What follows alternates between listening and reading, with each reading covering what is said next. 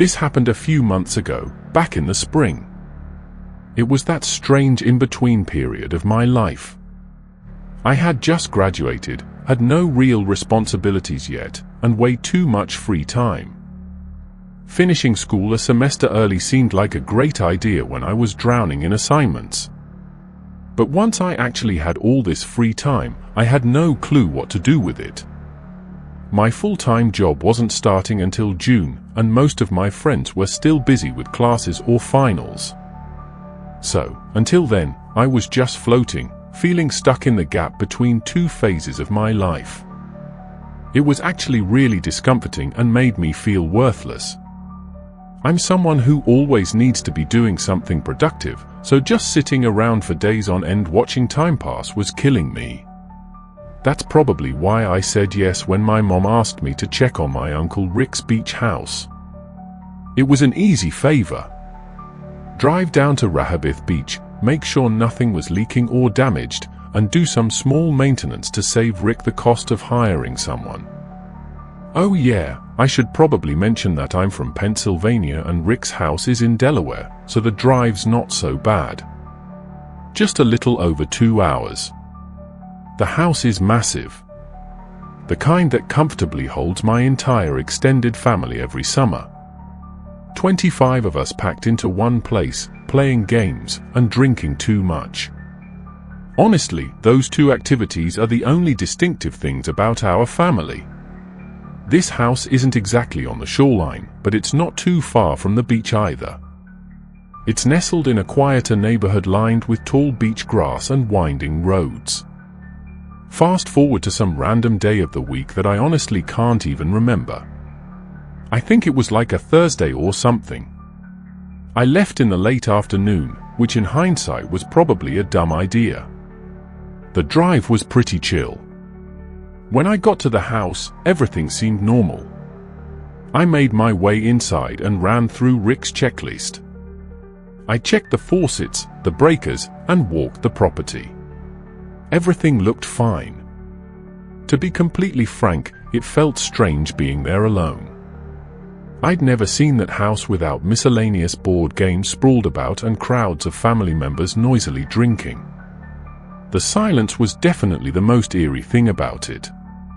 The place felt abandoned or something. I'm sure all of you have that one place, be it a house or a restaurant or something else, that gets really rowdy when your whole family spends time there together. Now, try to picture that place empty and silent. Kind of spooky, right? Anyway, it was getting late and I hate driving at night more than anything. So, I texted my mom to let her know I'd just stay overnight and head back in the morning.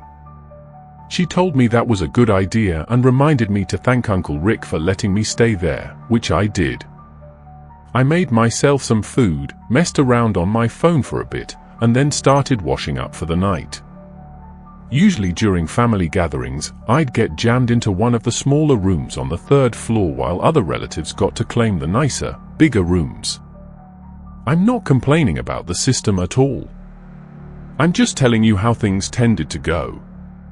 Since I had the house to myself at night, though, I figured I'd take advantage of it.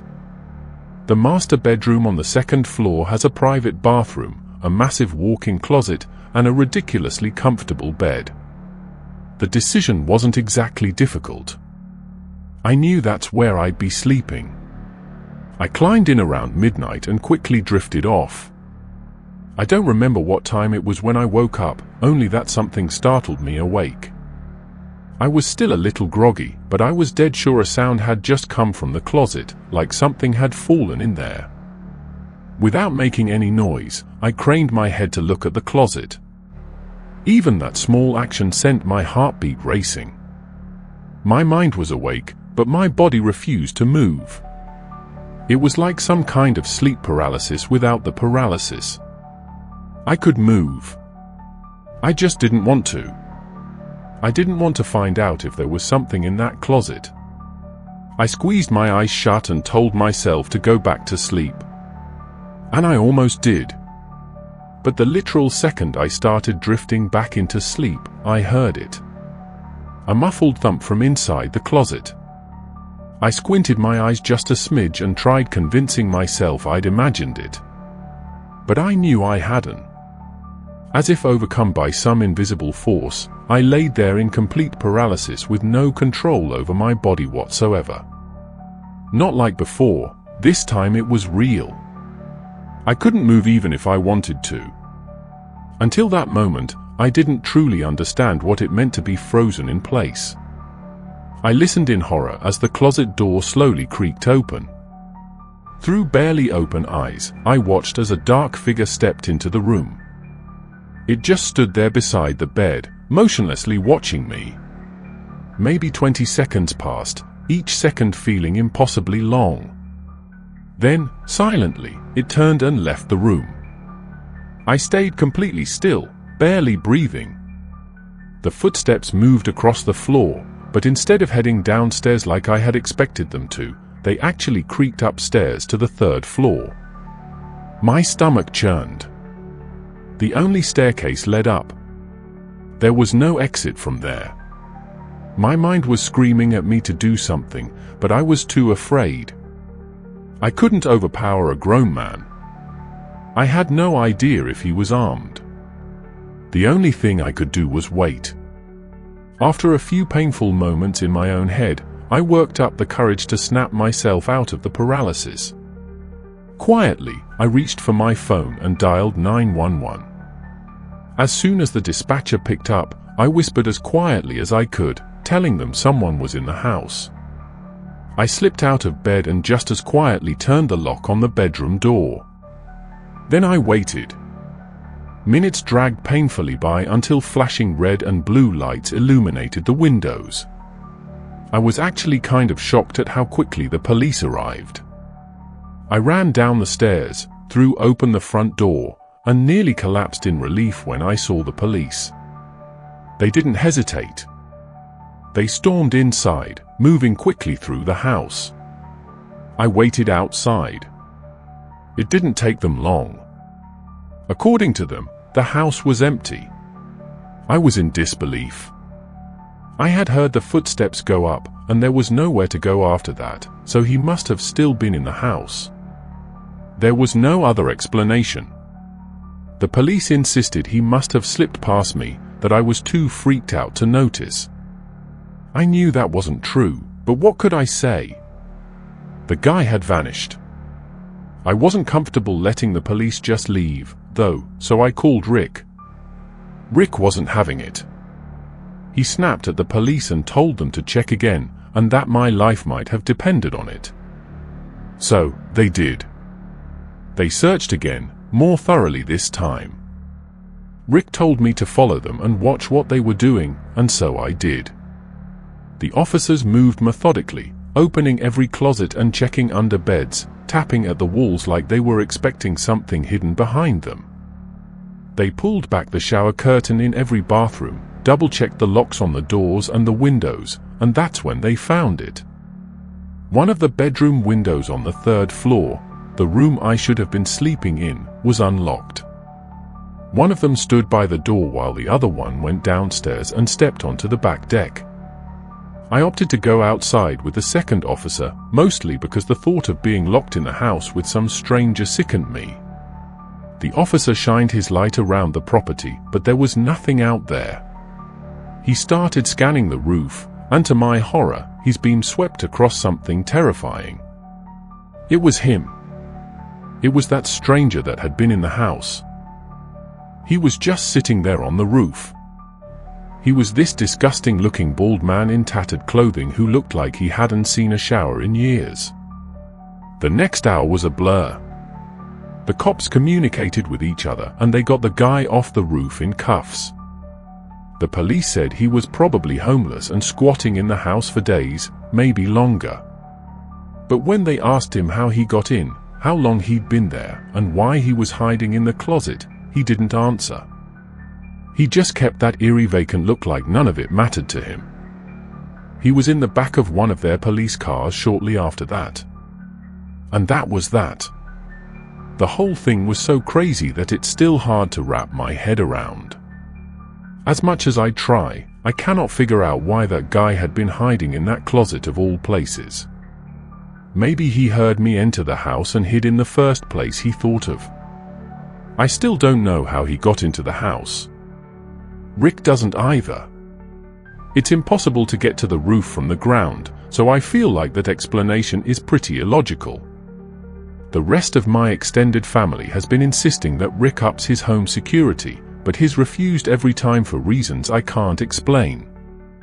The thought that had I been sleeping in my assigned bedroom, that night might have ended very differently. Music. My buddy Mike has a beach house on the Jersey Shore. Calling it a beautiful property would be an understatement. It's magnificent. Or at least as someone who never came from much, that's what it feels like to me.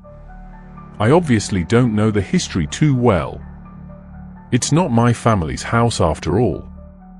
But from what I do know, that house has been in their family for generations.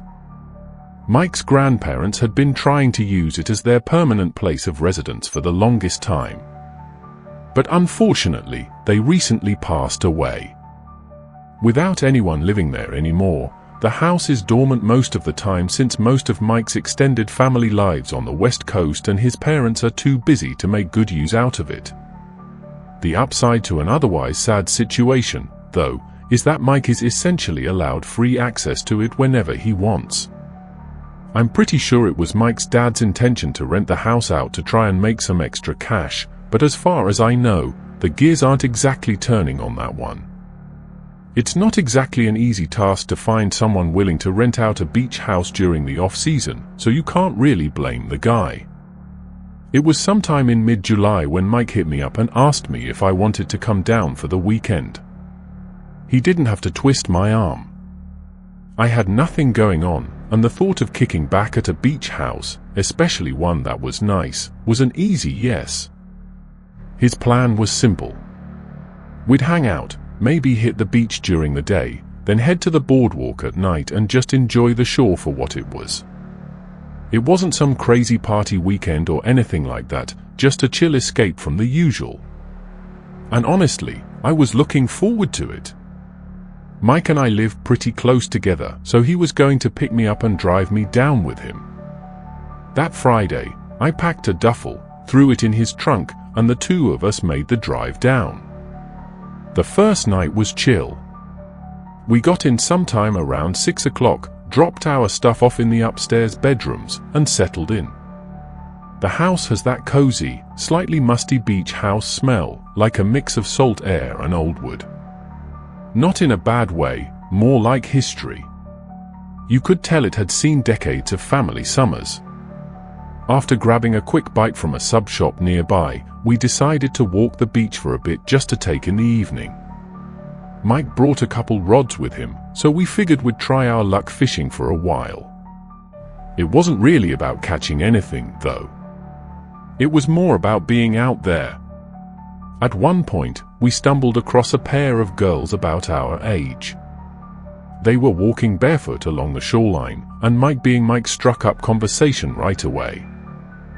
They were local, or at least semi-local, and it turned into one of those low-stakes, slightly flirtatious interactions that happen naturally when you're young and on the beach at night.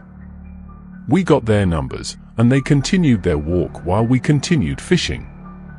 There were still a good number of people around since it was peak season, but Mike knew all the quiet pockets.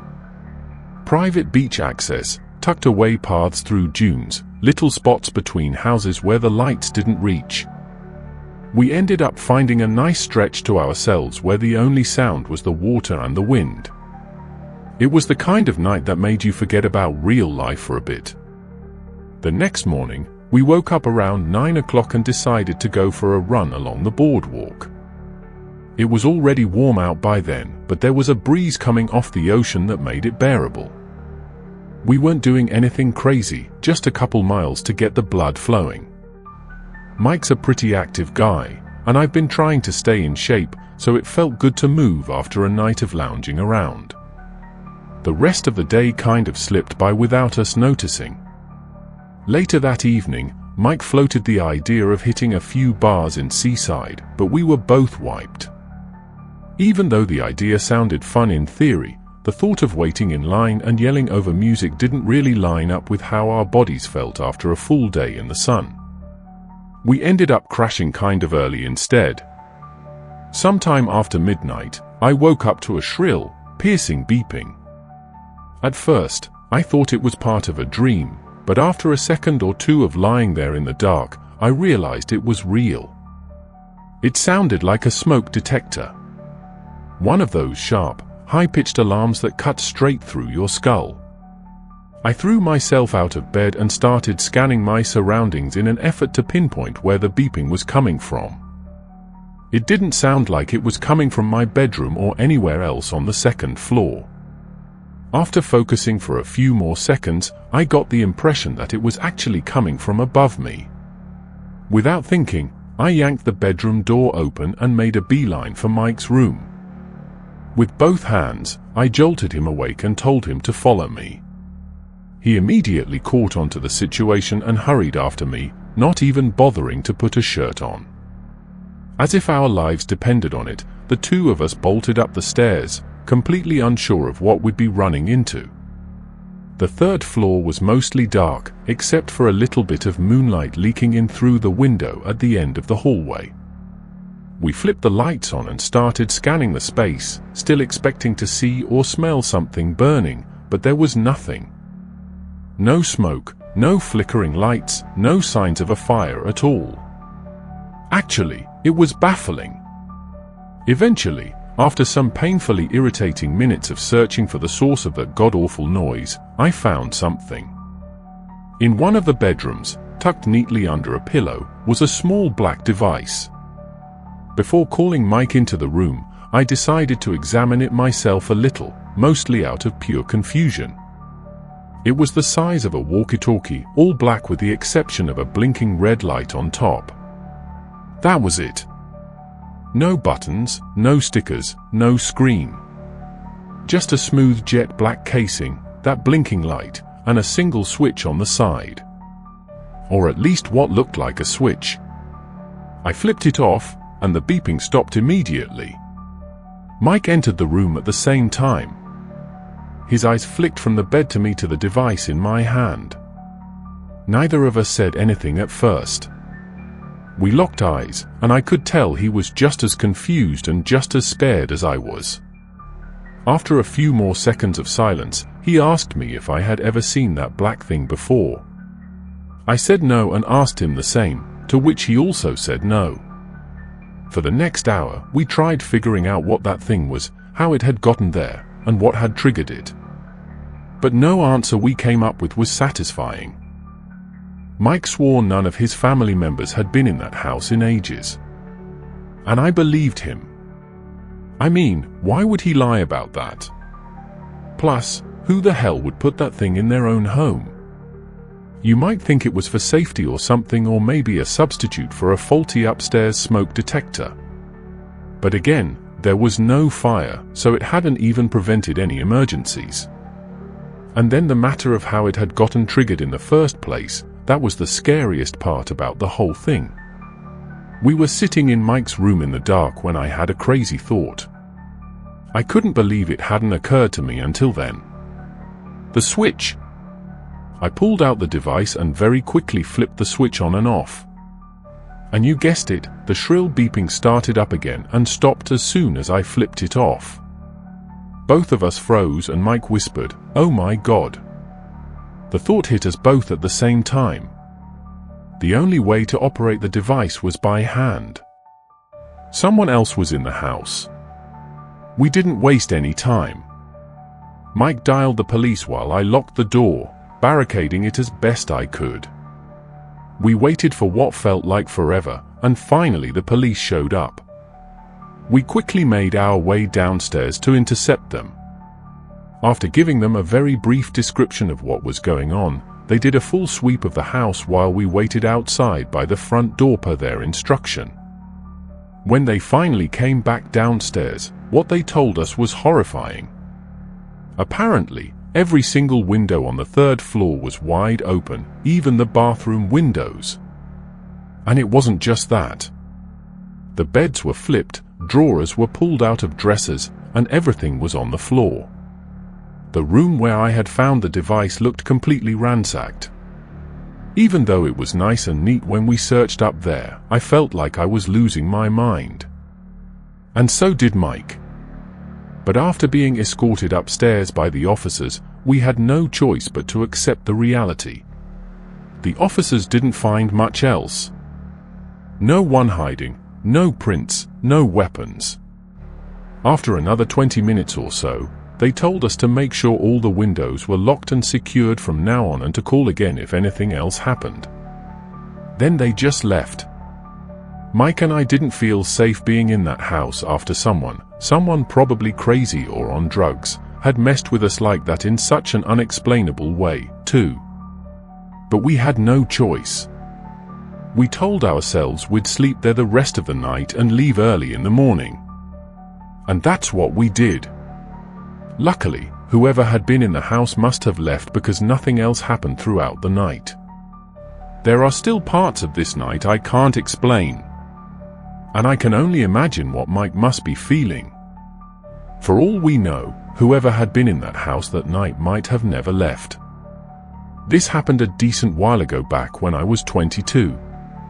Enough years have passed to the point where I feel safe talking about it. I was fresh out of college with a desirable job and minimal expenses since I was living in my childhood home with my parents. Imagine that. Racking up considerable savings without having to worry about food or a place to sleep. And all the while having full access to the room I grew up in, my car, and all my hometown comforts. It's safe to say I was living in pure bliss. Believe me, I knew how lucky I was to have parents who allowed me to stay at home and rent-free. I know a lot of people don't have that option, so it's something I never took for granted, but not everything was as stress-free as you might think. What I'm about to tell you happened not even 1 month into my time back at home. I've never been what people my age like to call a party girl. I don't drink excessive amounts of alcohol. I don't spend every ounce of my free time at clubs. And I definitely don't allow men to dictate my life in any way. That's just how I was raised. My father is the most important man in my life, and hookup culture disgusts me. Because of all that, my life is pretty routine. Wake up, satisfy my caffeine addiction, go to work, go to the gym, read a bit of my book at home, mess around on my phone, and go to sleep. Weekends are for hiking, mini road trips, board games, and whatever else I decide I want to spend my time doing. But one random weekend, my closest friend from college, Lindsay, invited me and our other 2 friends, Sabrina and Thea, to spend a few days at her family's beach house. I'd never been, but from the way Lindsay talked about it, the place sounded like a dream. Quiet, tucked away from the touristy chaos on its own private beach and just a short walk from the water. To put it bluntly, Lindsay's family is loaded. I think both her parents were neurosurgeons, so I had a feeling her beach house would be insane, and I was far from disappointed. When I first laid eyes on it, I was struck. Look, I'm no architect, but I know a modern-style house when I see one. And Lindsay's must have been ultra-modern because it looked more like a covert military safe house than a personal home. I'd love to show you guys pictures of it. Believe me, I've got plenty. But out of respect for Lindsay's family, I think that would be in really poor taste, even if what I'm about to tell you didn't happen. The 4 of us unloaded our stuff and decided where we'd be sleeping. Lindsay obviously had enough individual bedrooms for all of us to occupy. But what would be the fun in that? Instead, the 4 of us stayed in the same room, one of the kids' bedrooms that had 2 sets of bunk beds and its own attached bathroom. We'd been staying there 3 nights, which in my opinion is the perfect amount of time to spend coupled up with anyone other than your family. I tend to be relatively irritable, so anyone who's not clean or polite tends to tick me off pretty easily. Not that any of my friends are, but you know how it is. I know I told you about my relatively boring lifestyle already, but if there was a time to drink, it was that weekend with my friends, so I definitely planned on letting loose a little more than I ordinarily would. We wanted to keep the first night pretty chill, though, so we walked down to the private beach connected to the house and sat in the sand, stargazing. The four of us were drinking White Claws and listening to house music on Sabrina's speaker when we noticed something in the distance. It was this faint flickering light emanating from somewhere further down the shore. The four of us quieted down a bit and watched the light flicker on and off. The sight was kind of hypnotic, as eerie as it was. After a while, it became clear that the light was swinging back and forth like a handheld flashlight someone was walking with. And soon after, we realized that's just what it was.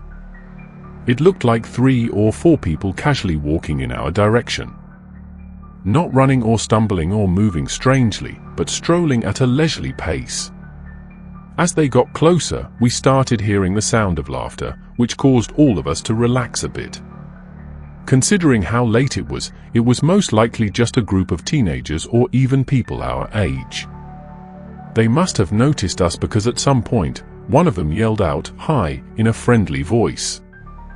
It was a guy's voice and he sounded around our age. Thea yelled back and we made some small talk while they made their way over to us. As they approached, we could see that it was a group of 3 guys who looked maybe a year or 2 older than we were. They all had that typical beach boy look, which I could tell right away my friends were digging, especially Thea. She's a bit crazy when it comes to guys, so I can't say I was too surprised. She knows how I feel about her lifestyle, so it's not like I'm saying anything crazy. To be fair, she is drop-dead gorgeous, and I've never seen a guy not take a liking to her. The guys sat down with their beers, and the 7 of us continued drinking. It was actually a really great time. The guys weren't overtly flirtatious, but they weren't boring either. Fast forward an hour and several drinks later, and they ultimately invited us back to their place.